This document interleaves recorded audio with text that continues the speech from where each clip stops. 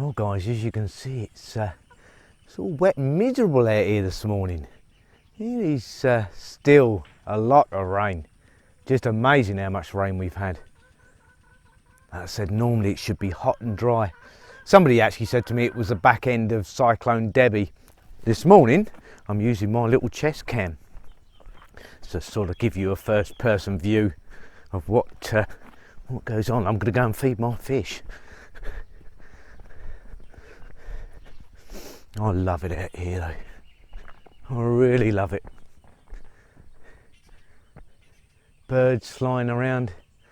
You see all the fish starting to swim towards me now to go down the bank. They're hungry little devils. Now it was along here the other morning that I saw that snake. I was still keeping my eyes open for them. Right, here we go. You can see them all swimming towards me. Look. Just grab a handful of feed and throw it out. There you go. Hungry devils.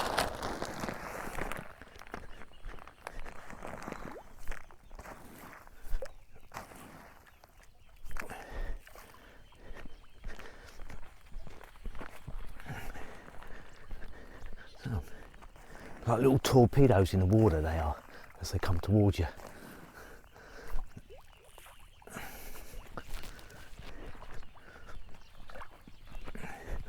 Got to be careful I don't step on Pi's morning glory plant, so she won't be too happy. Lovely though, isn't it? Come on in boys, let's be having it.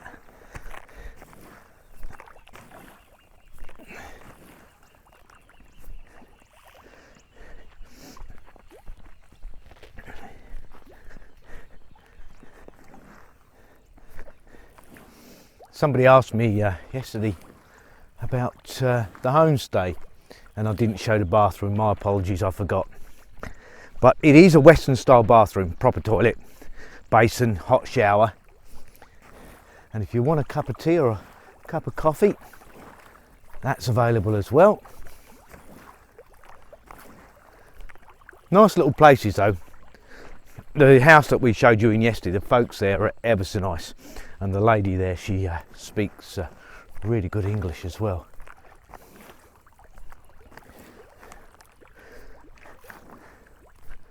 But they do all sorts for homestay. As far as entertainment's concerned, they even put on Thai dancing and stuff like that, which is really nice.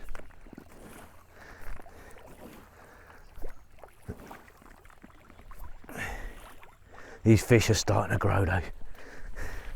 Happy bunny I am.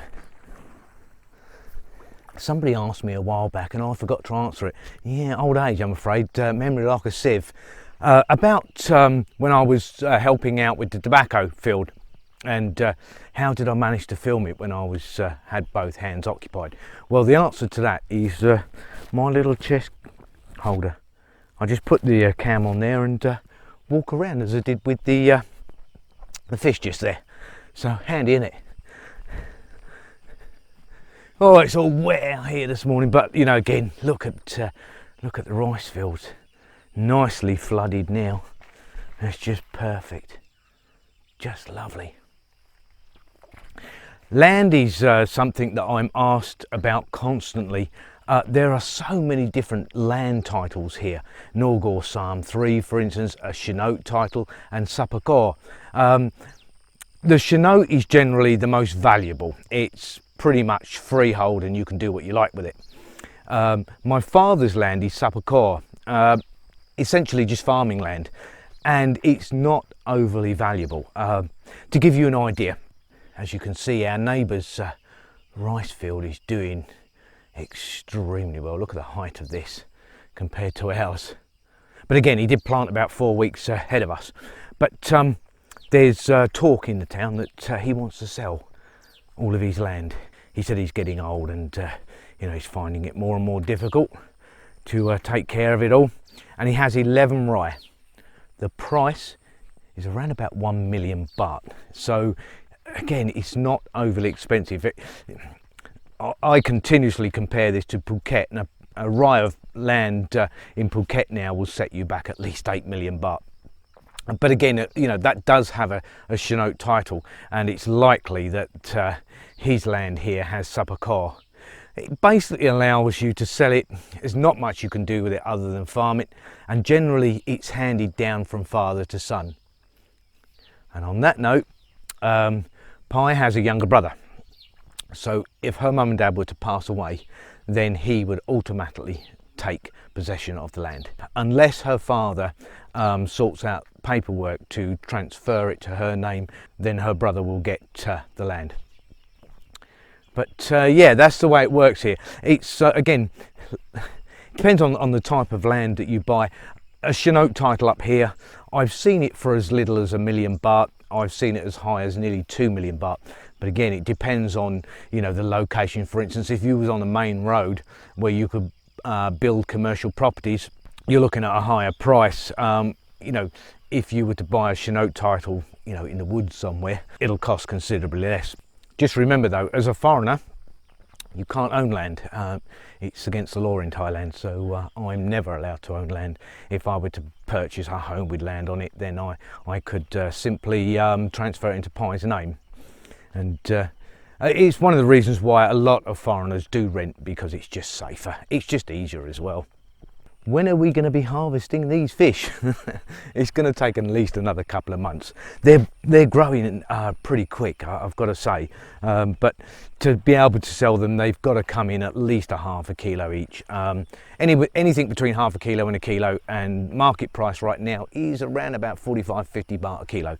So yeah, hopefully it'll bring in some much needed income. But like anything else in life, you have to wait and see what you're given. It's also a case of having to find a wholesaler as well. It's easier to go through a wholesaler. There are quite a few of them around here.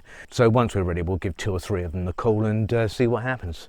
So yeah, it's all good stuff. Poor old Snow, look, what are you doing there, mate? I've got to ask what the homestay place that we showed you yesterday, what it was like from the outside. So here's a quick view. It's the green building just there. It's really quite a nice little place. It's clean, it's tidy, you know, you can't say more than that. And again, the people are so friendly. They're just so friendly. Somebody else asked me about Pai's vegetable garden. She's got all sorts of bits and pieces growing here. She's got some flowers and some roses, and there's your spring onions. I think Fan met all the strawberries. Oh no, we've still got some strawberry plants there, but I can't see any strawberries on it, although I can just see a flower.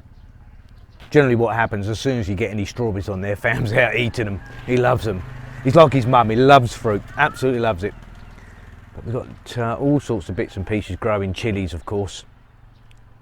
There's more strawberries here. She's got some tomatoes growing there. Chilies, they're coming along a treat, they are. All sorts of beans. The flowers here, they eat them as well. They fry them. They're very, very tasty. So yeah, it's not a huge patch, but it's enough to sustain us regarding vegetables. You've got some cabbage growing there, cauliflower. That's eggplant. Yeah, she's quite the little gardener is Pai. She likes it. She loves anything to do with growing stuff. She's never happier than when she's out planting something. It's cool, isn't it? And we've got our little duck eggs out this morning. Got a couple of trays there, 120 baht a tray. No customers yet though. It's a bit quiet this morning. I suspect it's because of all the rain. There's not a lot of people floating around. Pai bought some pineapple the other day in Shenzhen town. Absolutely delicious. As you can see there, eating it now. It's really, really sweet. They do love their fruit, these two. Aloy, huh? One, huh? Nothing like fresh pineapple, just delicious. Make shakes out of it and all sorts. Again, mangoes is another favourite of mine. I just love mango. Well, it's time for breakfast. I'm starving. Are you hungry? You and me? Right. No, he's not hungry, he's already eaten. So I've got myself a couple of duck eggs, lots of salt and pepper, and then fried bread. I use olive oil to cook in. I just really like it, and of course when you make your fried bread it just mops up the olive oil in the pan. It's just delicious. Just look at the colour of these yolks, eh? It's one of the reasons why I love duck eggs so much. They're just so rich. Absolutely delicious. And of course, a lovely mug of tea as well. Just a perfect breakfast, isn't it? Lovely. I'm going to eat. Somebody asked me the other day about Lao cow. You know, what is it? Well, it's made out of sticky rice, and it's just fermented, and then it produces a clear liquid. It looks just like water when you pour it. It comes in brown bottles if it's manufactured. If it's made locally, then you'll get it in a Coke bottle or even a plastic bag. And here you go. Dad brought a load of it this morning, and that's what it looks like. Again, it looks just like water. They love it. They absolutely love it. I've tried it once. It's not the sort of thing I can drink because of my weak stomach, but I don't like the taste of it either.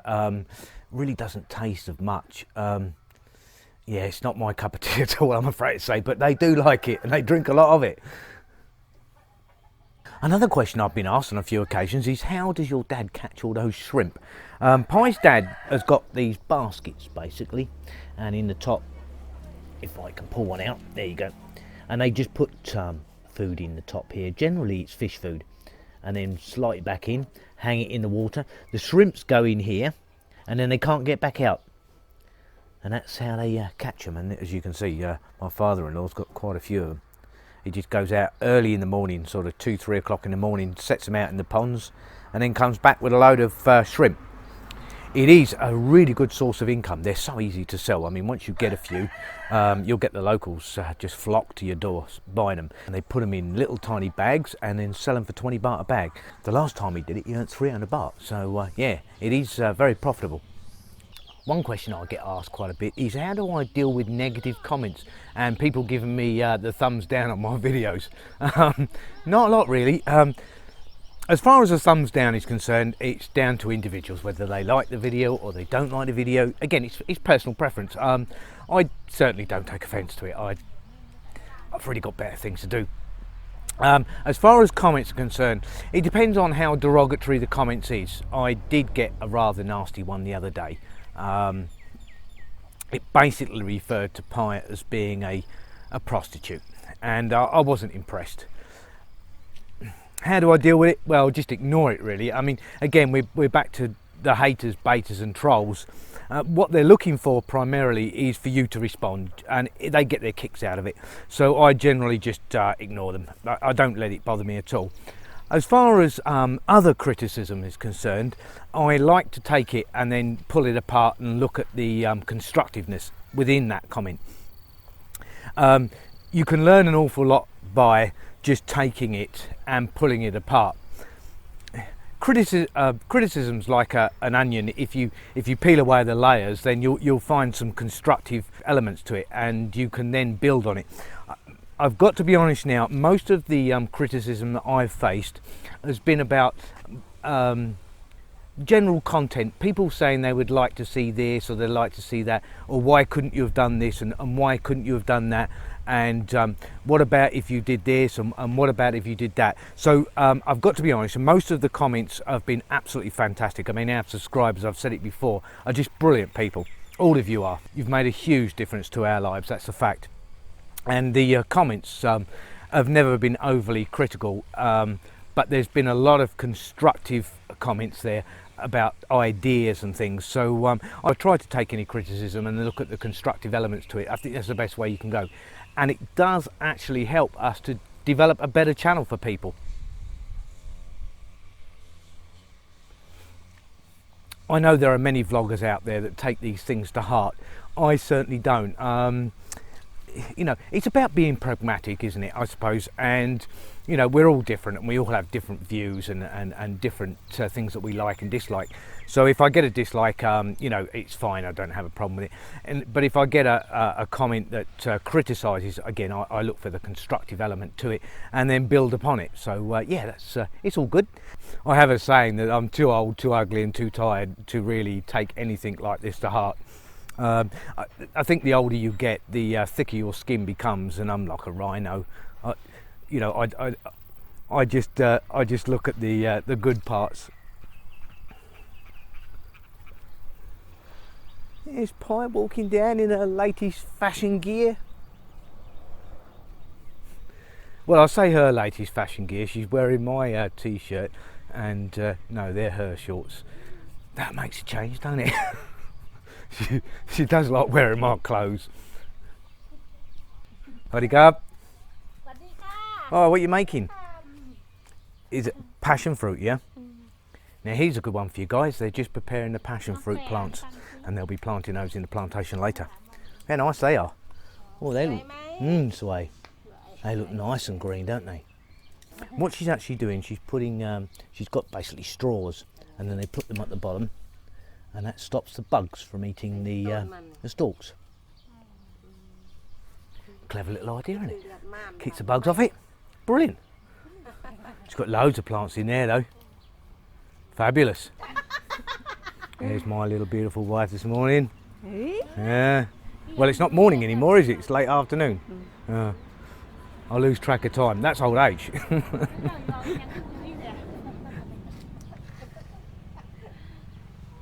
Do you boil it and then you eat the inside, yeah?